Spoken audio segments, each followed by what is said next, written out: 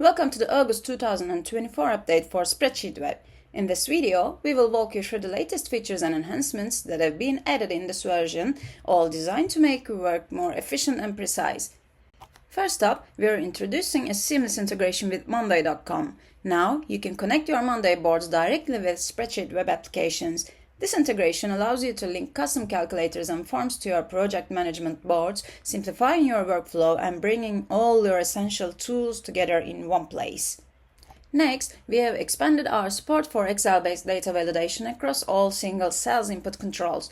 The validation rules you set in Excel will automatically be applied within SpreadsheetWeb, ensuring your data remains accurate and consistent.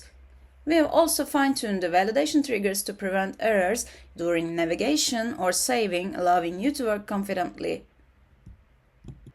For those of you who need precise calculations, we have added support for decimal values in sliders. This update is particularly useful in fields like finance or data analysis, where accuracy is crucial. Now you can fine-tune your inputs to meet the exact specifications of your work.